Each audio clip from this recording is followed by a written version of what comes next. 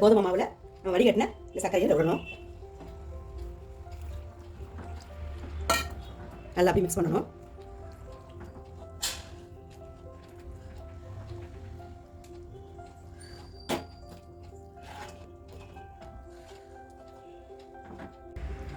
தீபாவளி ஸ்வீட்டில் எல்லோருக்கும் அட்வான்ஸ் தீபாவளி வாழ்த்துக்கள். இன்னைக்கு நம்ம பார்க்க போகிறது வந்து ஒரு ஸ்வீட் தான். அது வந்து ஹல்வா பண்ண போகிறோம். கோதுமை மாவு கரும்பு சக்கரை எல்லாம் வச்சு ஒரு ஹல்வா பண்ண போகிறோம். ஏற்கனவே கவுனி அரிசியில் பண்ணியிருக்கேன், ஹல்வா பண்ணியிருக்கேன். அப்புறம் வந்து உருளைக்கிழங்குல பண்ணியிருக்கேன், ஹசோலா ஹல்வா பண்ணியிருக்கேன், நிறைய போட்டிருக்கேன். வீடியோ கீழே லிங்க் தரேன், நீங்கள் போய் பார்த்து செக் பண்ணி பார்க்கலாம். வாங்க இப்போ வீடியோக்குள்ள போய் பார்க்கலாம். இப்போ சட்டி சூடாகிடுச்சு. ஒரு டீஸ்பூன் நெய் விட்டுக்கலாம்.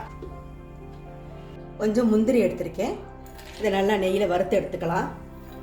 இப்போ பாருங்கள், கலர் நல்லா மாறிடுச்சு. இப்போ அதை எடுத்துக்கலாம்.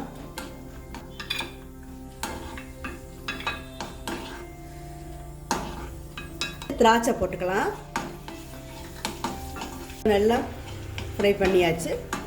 இந்த திராட்சையை எடுத்துக்கலாம்.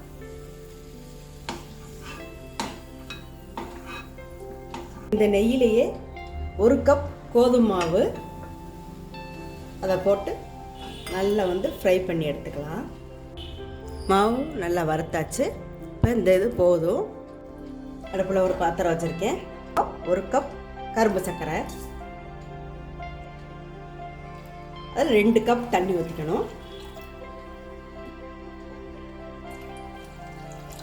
இப்போ வந்து இறக்கி வடிகட்டிக்கலாம்.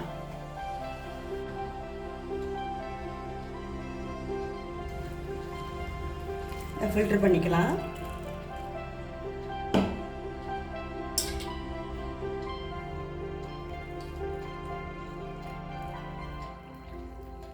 இந்த கோதுமை மாவில் நம்ம வடிகட்டின இந்த சர்க்கரையை இதில் விடணும்.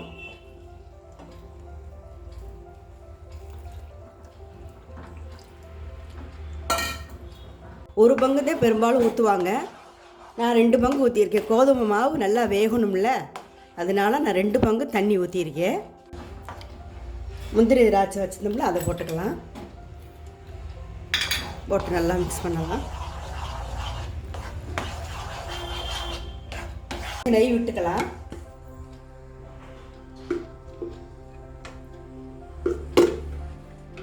நல்லா மிக்ஸ் பண்ணலாம். நல்லா உருண்டு வருது பாருங்கள்.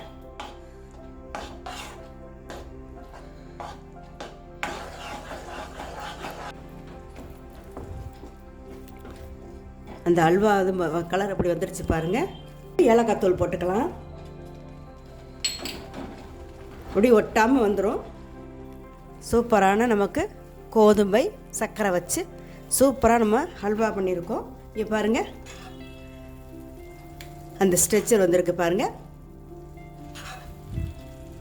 இந்த மாதிரி செஞ்சு பாருங்கள். செஞ்சு பார்த்துட்டு எப்படி இருக்கணும் உங்கள் கருத்துக்களை கமெண்ட் பாக்ஸில் சொல்லுங்கள். நன்றி. வேறு ஒரு இன்ட்ரெஸ்டிங்கான வீடியோவில் நம்ம பார்க்கலாம்.